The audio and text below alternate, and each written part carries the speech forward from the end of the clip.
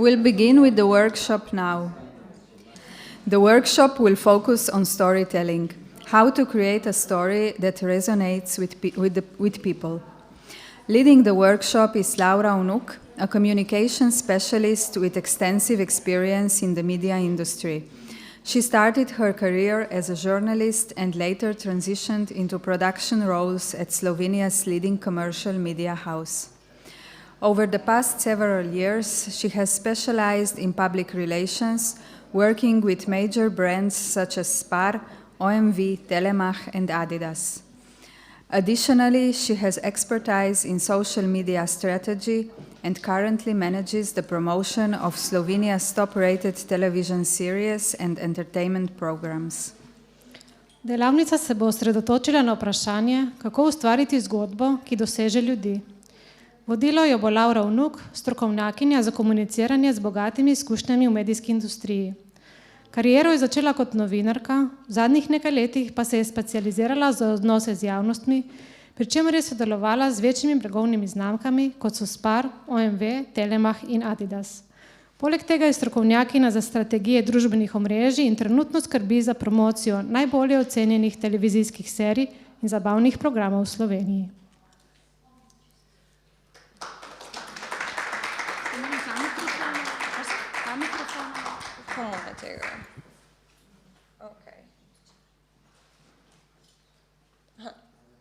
Okay, first off, thank you. Hello, my name is Laura. I'm very happy that you all guys all stayed despite having a very busy day. This is a workshop where I really want to just speak from a different point of view, because I know maybe I come from a very commercial side where certain things are fun, educational, and so forth, and you guys maybe are not used to social media. So I want all of you to stop me everywhere in the middle, ask me questions. But today we're going to talk about storytelling. My idea today is that if you have any projects that you want to communicate, any events you want people to know about, anything that is happening new in your libraries, I want for us to talk about how you can reach people through social media, through traditional media, so radio, TV stations, podcasts, and so on, through blogs and everything else. So my idea is, first we're going to talk a little bit about storytelling. So what exactly storytelling is, why is it good, how to create a story that resonates with people or just reaches them. Then I have some communication opportunities for libraries. I focused on libraries, so how you can promote certain events, and we'll look at some examples from abroad. And then I have a little bit of an activity, because I mean we can talk as long as we can, but at the end of the day it's nice to put our thoughts into motion. So if I just begin, what is storytelling? Storytelling, quite easily, is an art of conveying events, experiences, or ideas through words, videos, pictures, songs. That's the easiest way to describe storytelling. Why storytelling is so important, not just for entertainment business, for movies, for books, for songs, but also for marketing. Because by creating good stories, you reach people. And it is proven that by having a good story, you can influence people's behavior, right? You can connect with them. So the next time they want to go to a certain library, they might visit yours just because they heard a story that they remember. When they want to buy a product, for example, you want to have a nice toothpaste, I'm just spitting out ideas here, you found a good commercial that resonated with you. Or for example, you found a good story from someone who has used it and saw it on social media, they said something good about it. You're more likely to buy that toothpaste, right? So storytelling is very important, especially nowadays when I think all of us are just full of informations daily, no matter where we are, no matter where we open any channel, something pops up. So creating a good story that resonates with you is very important. What is a story? Quite simply, it doesn't matter if it's a book, if it's a video, if it's a song. A good story, we always say, is a journey with a beginning, middle, and an end. Easy, right? That's how we learn to write in middle school, in kindergarten, whenever we wrote, we had to have a beginning, middle, and end. Also, what's nice, if we have characters, someone we can relate to, someone we can read about, root for, or hate, it doesn't matter. Someone the story is about, and it builds some emotions in us, in the readers, or from the character within, right? We resonate with him. What else? A conflict. What is a problem? What is something we want to address? For example, it could be climate change. Maybe that's a problem. And then how the conflict is resolved. And obviously a good story leaves a purpose or a message. So we learned something from it. That is quite simply the most basic way how to write a good story. Everything obviously changes. Sometimes a story doesn't have characters, but are we gonna remember it? Sometimes it doesn't have emotion, sometimes it's just facts. We see so many facts. I think emotions nowadays is extremely important if we're reading a story. As I said, why storytelling is so important? Because it also builds emotional connection, right? If we get to know the people, we're more likely to visit them, especially on social media, for example. If you share certain glimpses into your everyday life, we will connect with you, more likely to come to visit you or just join your program, event, whatever it is that you're having. It also makes facts and ideas memorable. I don't know how many people here are foreign, for example. A great example is Slovenian statistical, yes, Republika Slovenia. What is it? Statistical Department of Republic of Slovenia, I think. Right. So basically, obviously, they deal with numbers, they deal with facts, but how they present them, it's extremely fun. If you think about his posts on social media, they're often shared, and it's just facts. No one would remember facts. But when we see their posts, and they're often connected, for example, for Women's Day, they will tell you how many Slovenian women live here, what their average age is. And it's a fun information given, it's a serious information given in a fun way. That's just why we makes it more memorable, and that's why we share it. Also, it inspires action or empathy, right? If we see a good story, if there's a call to action, if we want to help, if they need our help, if the story is good, it's more likely we're gonna help. How many, Slovenians are incredibly willing to help. Just remember how many stories we hear of children who need our help, and we do concerts and we donate, because the story is well told, right? We have emotions, we have characters, we have the main character, usually a person that we're collecting funds for, trying to help change their life. And that's why it's so important to know how to tell your story. I know you organize a million events, and sometimes when I talk to people, it's just one person for everything, right? For organization, for communication, for all of it.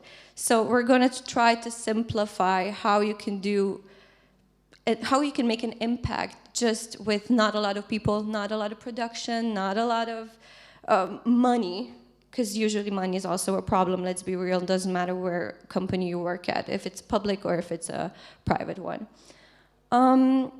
Okay, how to create a great story if we start in the beginning.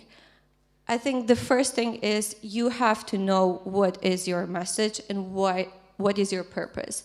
The worst story is the one that is told too soon. So you just write something without really knowing what you want to say, and then at the end everyone is confused. One of the best advices I got when I was just starting out as a journalist, which is not something I wanted to do for the rest of my life, but it was a great exercise. I went to work on a TV station, and they sent me out on my first field work. I knew nothing about conducting a TV piece. I just went out with a mic without knowing what exactly I'm going to ask. It was horrible. And then I came back with 20 minutes of material that you have to put in a TV piece that's 1:30. So I was lost. And then the cameraman who worked on a TV station for the last 30 years said to me, everything you want to say in 2 sentences.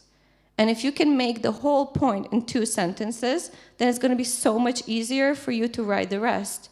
And it doesn't matter if you, for example, if you have a same story that you can just write the basics in 2 sentences. And a lot of times you will realize that's the most difficult part. And then you can just spread it out for press release for an article, for example, you're going to add probably a statement, a few more information, a bit of facts.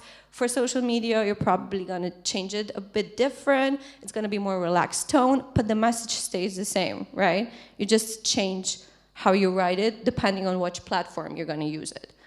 And also, one thing that's very important, I think, use simple words. Use words that everyone will understand. For example, you wouldn't talk the same with your parents as you were with your colleagues, or with someone in the pharmacy department the same as your boss. So why would you write the same text for all different participants? You have to know who you are writing for and change the text depending on who the receiver is, right? Especially, I will let you, I mean, sometimes people use very difficult words. And I will promise you, there's not a lot of journalists in Slovenia who have master's degree in liberal arts or whatever. They always appreciate when it's just a simple language that everyone will understand.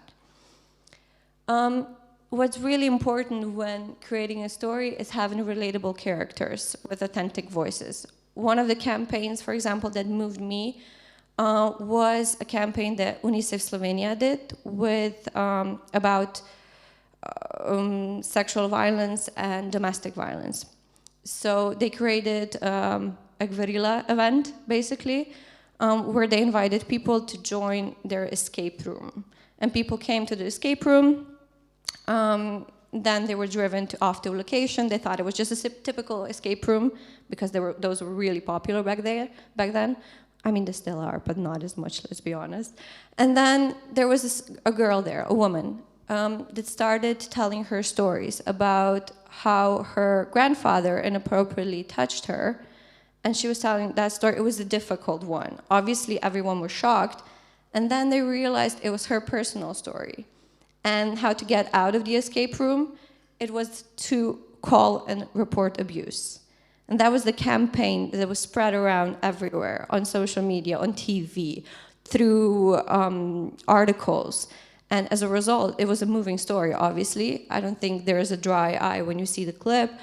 And as a result, in the next month, the report of the domestic violence went up by 20%. So I don't think the same would be as successful if we didn't have her voice, if we didn't have her story, if we didn't have her face every time we read about it. If you do have a relatable character and authentic voice, I think establishing an emotional connection, it's not going to be easy. I mean, this is a story that is deeply personal. Some stories are not, some stories don't have a serious subject, but you can always find a little bit of an emotional connection no matter what story it is. And also relevance to the audience. I spoke about it before, but I will say it again. First, you need to know who your target audience is, and then create the text, the message clear for that specific audience. Also choose channels in which you're gonna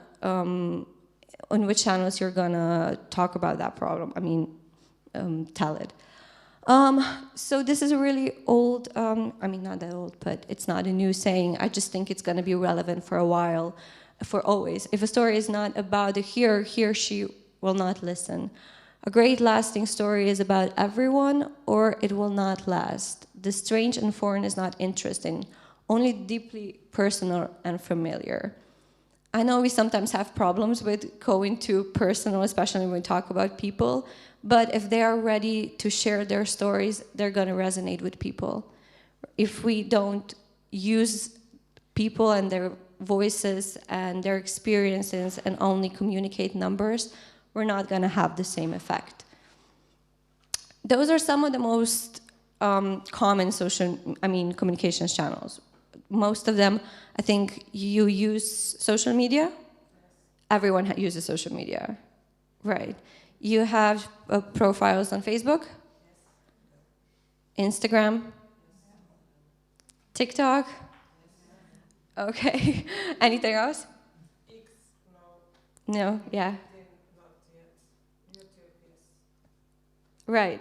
yeah, the most common when it comes to business, to company, LinkedIn is obviously a business platform. So if you have, some companies have a requirement to post on LinkedIn. If you don't have that, I don't think it's that important unless you're looking for a job. So on a personal level, great.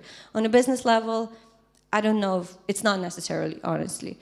Instagram, Facebook are two that probably are the most important in Slovenia as well. Because if you think about it, we always have phone in our hands, don't we? When you are reading the news, you have sometimes second screen, so you have a phone in front of you. When you're in a bus, you have a phone in front of you.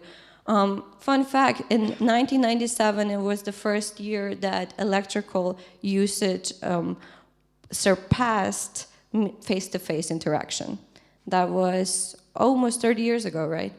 So if you looked at, I don't know, Pope Leo, inauguration now, there were phones everywhere. If you go on a concert, phones everywhere. You don't even know about the concert happening unless you go on Instagram and you see stories of everywhere there, and then you get a bit of a FOMO, right? The fear of missing out. So Instagram, Facebook are incredibly important to communicate, to use, because they're free. We're going to dive into that later. The next thing is blogs on your website. I'm guessing all of your libraries have websites. A lot of people, me included, still go on your website to check out what events were coming up, what are news that I should follow, what was happening, to check out some photos from the event. So having updated blogs is really important to stay relevant. Sometimes it's really sad when you go on a website, there hasn't been a post in a year. I do believe that something happened in the year. It doesn't have to be every week, obviously, that's spamming. But if you have someone that can write something, why not post it? It's for free, and it's somewhere that your users are for sure going to look at. Second thing is email marketing. That's a bit, if you have someone that does email marketing and does it right, then obviously it's great to have. If it's just going to be you sending emails, then perhaps we can use other channels as well. But why email marketing is so great, if you do give your, if you allow it, they will send you all of the relevant information. So an upcoming event, you will get a mail. New book show coming up, you'll get a mail. So you don't have to check out Facebook or whatever, or social or any other site. You will just get it directly to your email. It is effective, of course, but it does require a little bit more work. Then events and public speaking, connecting with other businesses is always really great to gain wider audience, to gain awareness. For example, going to a restaurant, not a restaurant, but like maybe a pub, or organizing a book club there. It's a new idea. People don't really think about that. Maybe we'll get a new audience. So by going there, or just having to go in on business conferences and speaking and representing your library is also a great way to gain awareness. And the last one is media. I know people think media is not that important, but honestly, it really is. The reach the radio stations have, the reach television stations have, is still unmatched. And despite people saying, oh, because we read about it a lot, right? Traditional media is dying. I work on a television station. It's not dying. Also, the numbers that we are getting, a lot of people still watch television. And one thing that it is about traditional media is it gains you recognition, right? When you are on TV, your neighbors will watch and let you know that they saw you. I don't think they're going to do the same thing if they see you on a post on social media. If you see an article in the traditional media, especially for the older generation, it means that it's relevant, it's important. So don't forget about traditional media. But there is one thing that's coming, I mean, that's already here, and those are podcasts. There's always more and more podcasts, and we have so many in Slovenia. I think it was around 200, the latest number I saw. And they're also getting a lot more recognition, and all of the important people are going there. It used to be just influencers. Now we have politicians going on podcasts with Selakovic, or we have Borut Pahor, our ex-president, who is doing a podcast for Metropolitan and has all of different, from comedics to actors to businessmen and so on. Okay, why I spoke about social media? Because I often work with companies that don't have a lot of budget. We often deal with that, right? We don't have any money, but we do need to make an impact. The easiest way and the fastest way is through social media. Why is it so still relevant? More than 5 billion people around the world have a profile on social media. And 90% of them follow brands. If you just look at yourself, for example, I don't follow only my friends, I don't follow my family members, I follow companies I like, I follow influencers I like, I follow actors or musicians that I like, and I get all of my information probably from there. I've never visited a website from any of the actors or performers, but I do know when their tour is coming up. I do know what dates I can go to. I do know if the tickets are sold out, just because I'm here. And for them, that's free. And also one thing about social media, if you do go into it, they offer targeted advertising, which is great. Because, for example, you have an event coming up in Nova Gorica. So you can just post an event and then put it on advertising, select the distance around it. So why would that event show to someone in Croatia? They're probably not going to show. But if you put 100 kilometers radius and put a little bit of money on it, it's more likely to show to people who are around here, who have the same interests, because you can decide what interests they're going to show the ads to, right? So if someone has books or has events or has concerts, you're more likely they're going to see your event. Also, you can comment with users. They send you questions, you can reply instantly. You see their comments, you can reply to them. You will quite easily, there's no other way to gain information from your users as quickly and accurately as it is social media. And you can also ask them a little bit, what did you think about it? Have a little bit of interaction with them. Use posts, and by doing that, you will continue to build your brand. You will connect with them more. So the next time they're gonna want to visit, they're gonna remember you and come to your library instead of something else. This is just very quickly. If you have any questions about any of those platforms, please do ask. Facebook in Slovenia is still the most popular one. For example, I'm on it, my grandma is on it, my cousin who is 10 is also, not 10, 15, is also on it. Why it's great? It's great for creating groups. It's for example, for groups with people who have the same interests. Also, it's great for events. I read about events, all of the events on Facebook. I don't think I've ever gone anywhere else. And then I share with my friends. What's great also, you can post links, which is the only platform that now, I mean, Instagram allows you to post links on stories, but it's not as efficient as it is here. It's also great for commenting, because there are older generation that tend to comment more. We have a thing where our generation, the middle one, the millennials, we just read, we like, we don't really comment a lot. Then we have Generation Z, the younger, who is born after, I think, 95, I think. They tend to comment a lot, especially on TikTok.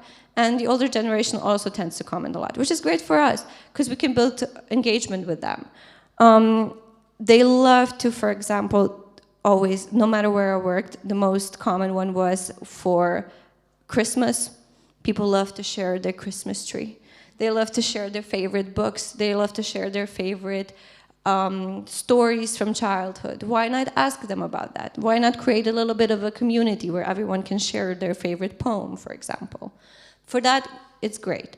And also, you can post photos, videos. Videos are extremely popular. It doesn't have to be perfect. That's the thing about social media. Instagram, it's great for stories, for interactive stories, right? Do any of you use stories on Instagram or Instagram? Do you get any feedback?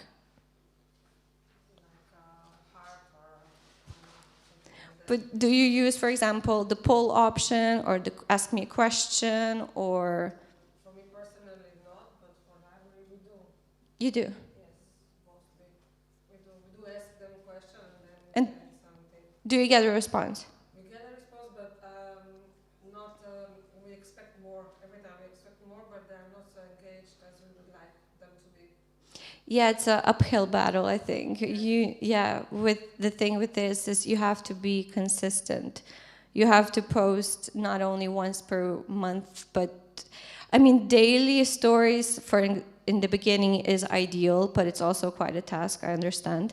Usually we have 2 posts per week, which is quite a norm, and then 3-4 days of stories. That would be ideal, but I know sometimes I don't even know if you have someone to do all of this. I guess yes. In libraries, we have almost every day some stories on our Instagram. I don't know for the other libraries, but I don't know. It is hard. It is harder to first to gain followers. Mm-hmm. So we're talking about storytelling because I guess sometimes we have problems to Yeah. tell our stories and to gain some attraction to attract. Exactly. Okay, we're going to go into examples later, and you can also maybe share some of the practices that were the most successful for you, so we can share or talk. But if we go to Instagram, I mean, stories are great, as we spoke, and then videos are now the norm. It used to be pictures, now it's videos. The algorithm loves the videos. It doesn't have to be perfect. We film all of our videos on phones. And all you need is just someone to participate. It's great to have someone that's in the videos as well. Why subtitles? Fun fact, almost 90% of people use Facebook and Instagram without any sound. That's why we use subtitles. If you think about it, when you open Instagram, it's usually somewhere very public you don't want people to see, right? It's in the middle of the meeting or in a bus. That's why we have subtitles on. TikTok is the newest one. It's for older generation. However, it is the easiest to go viral. If you have a really good story, if you have a really good video, it could very easily go viral, which is a lot harder on Instagram and Facebook. However, here also our attention span is a lot longer, which means the videos can be longer as well. I do recommend TikTok if you have someone who knows how to use it. Otherwise, it's quite challenging to film all of those things on your own. Now we have a team in our house that does TikTok, and it's a lot faster, easier, and better. How to communicate on different channels. When I spoke about that the same message shouldn't be conveyed on all platforms equally. What is a PR article? Basically, PR article is written usually in third person, meaning it's an article that you would see anywhere in any traditional media. If you go on dela.c or if you go to BBC, that article that's written in third person, that should be your PR article. So the goal is for them to completely copy it. If they completely copy it, it's great because they haven't changed a thing and you got your message across perfectly. It should include all the basic info, everything you want to present. It's great. I mean, I always say a PR article has to have a statement for someone, whether it's someone that organizes an event or a director or someone that's going to be a guest there. Without it, it's just a bit dry. And also a few photos. Blogs can be a bit more personal, right? We have organized, we had a great time. Here are some photos to look at. We're looking forward to the next time we're going to see each other. For example, that's completely fine by creating a blog. It's not something that you would send out to journalists. And social media, we said, keep it short and sweet. For example, it doesn't have to be until the finished product. You know you're organizing an event.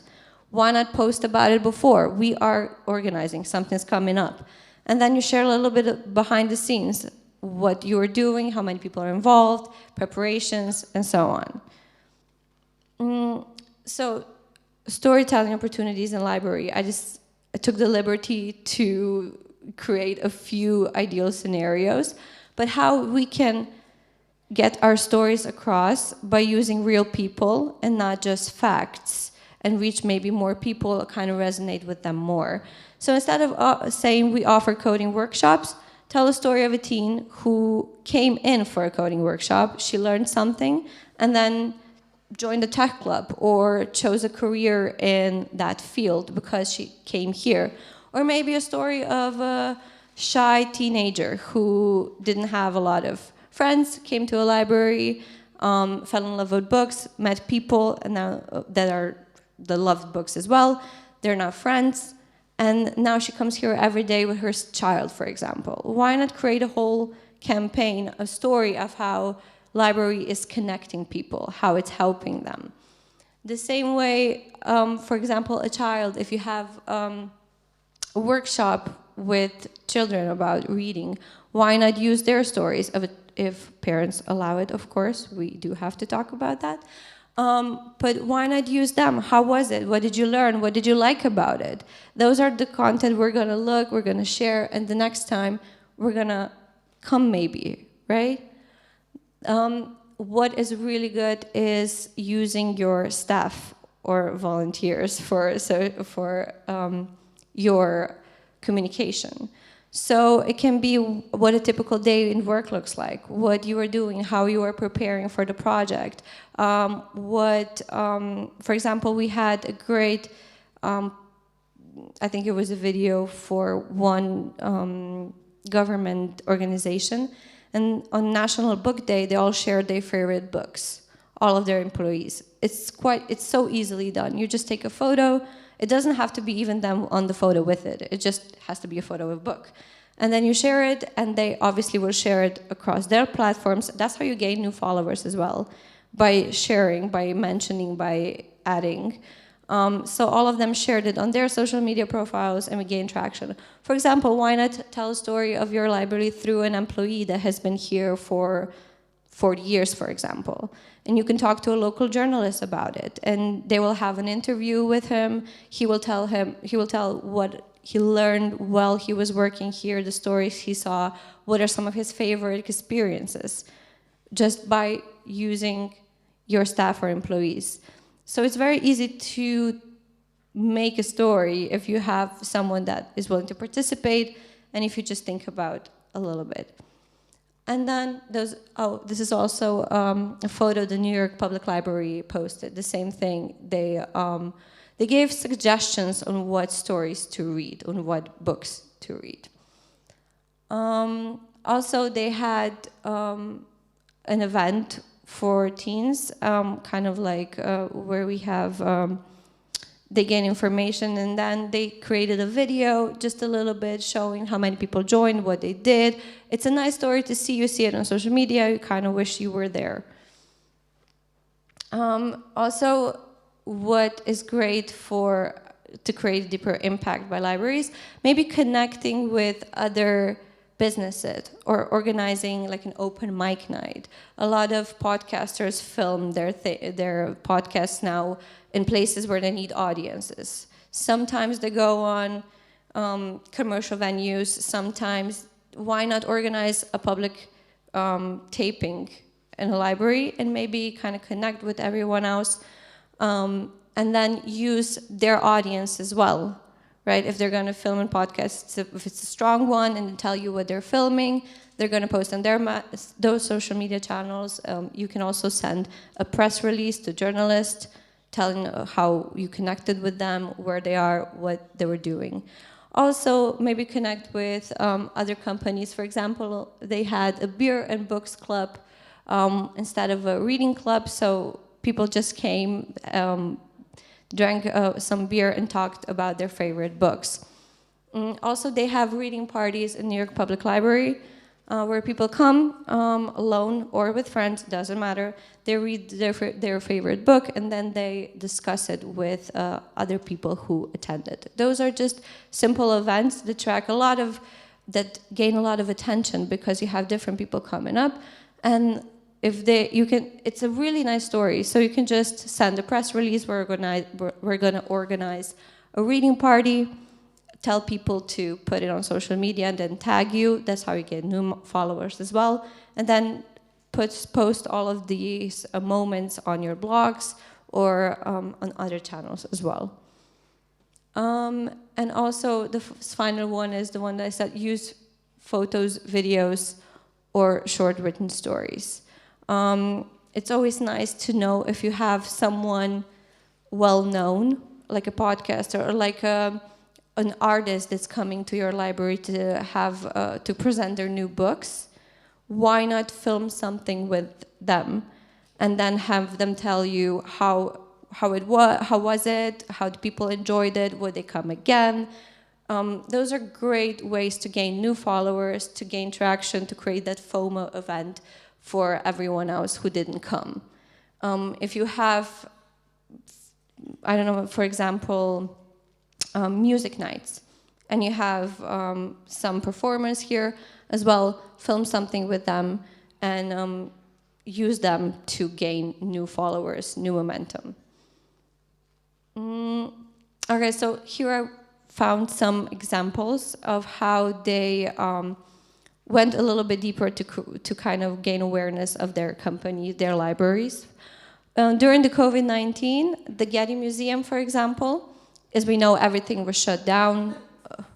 Yes, everything was shut down. No one went anywhere. So Getty Museum came up with an idea to kind of gain awareness more about what they have there. And they asked people to recreate some of the most famous pictures using hashtag Getty Museum Challenge. So for example, you see a kitty is now a painting, and this man in the middle used sheets and clothes and everything to recreate a different painting. Obviously, it was successful because people love to be creative. They love to participate.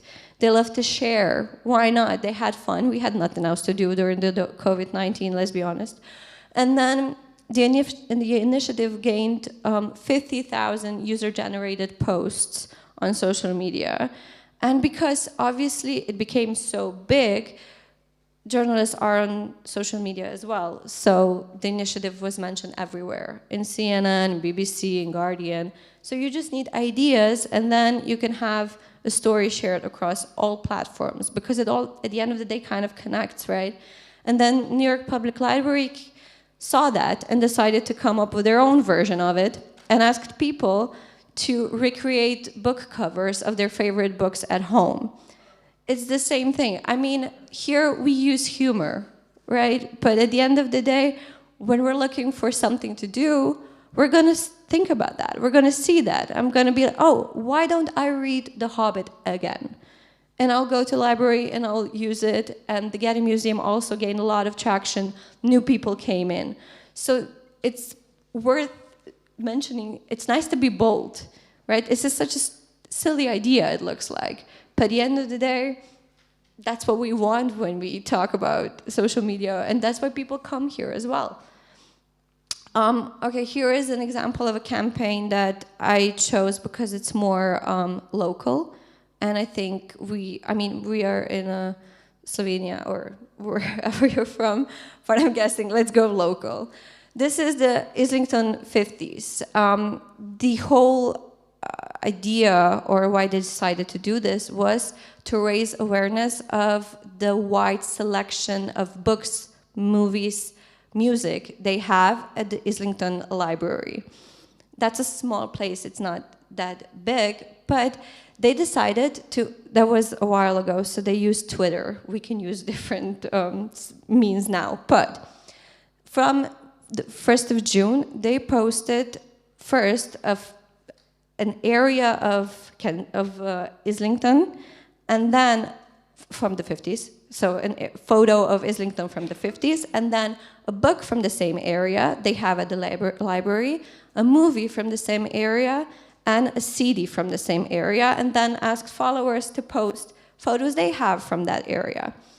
Again, people love to participate, and that is why this was a small, obviously, profile, it was a small initiative, but they gained 100 new followers in 1 week. They connected with local bars, local libraries, local theaters, owners. Everyone shared their posts and joined in. I, for example, am also in a very local group on Facebook where people love to share old photos of the town.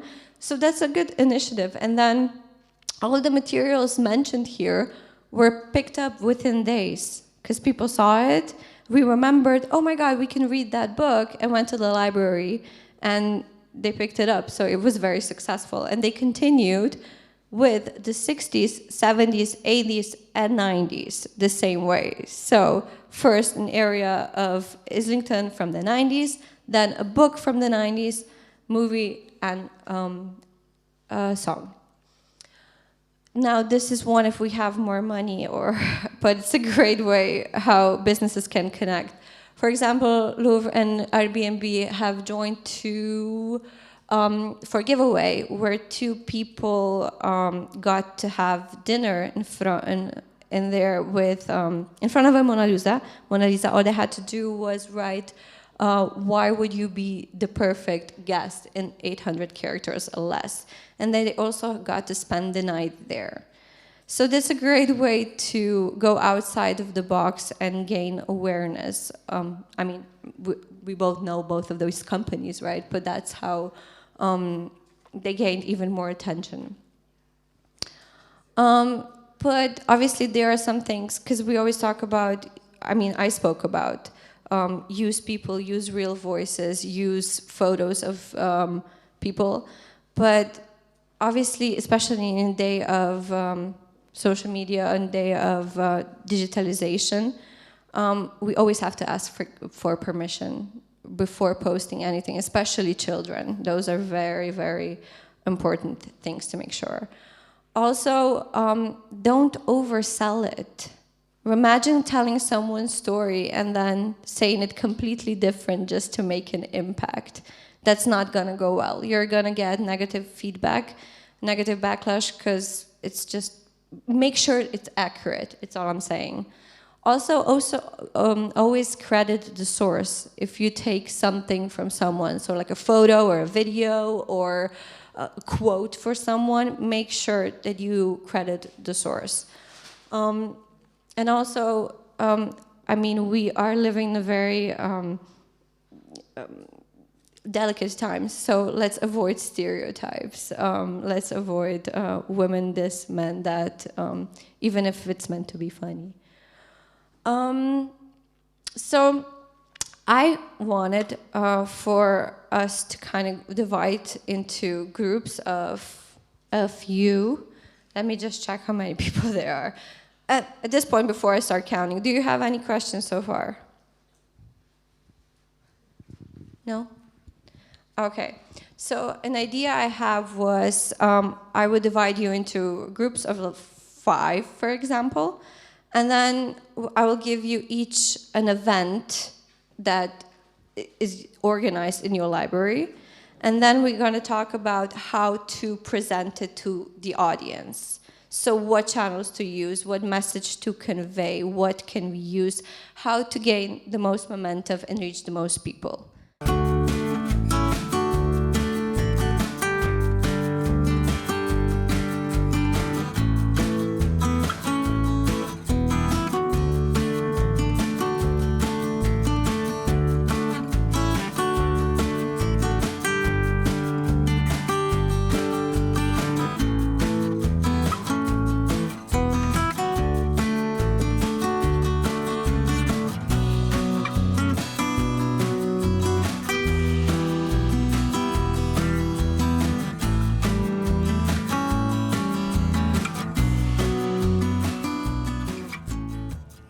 So basically, this was, I just have a summary right now, but I would love to say that all of your stories were really well detailed. You went into a lot of, you were creative, you found yourself partners, you found yourself channels to use, and that's how you can reach as many people with just being creative and being focused.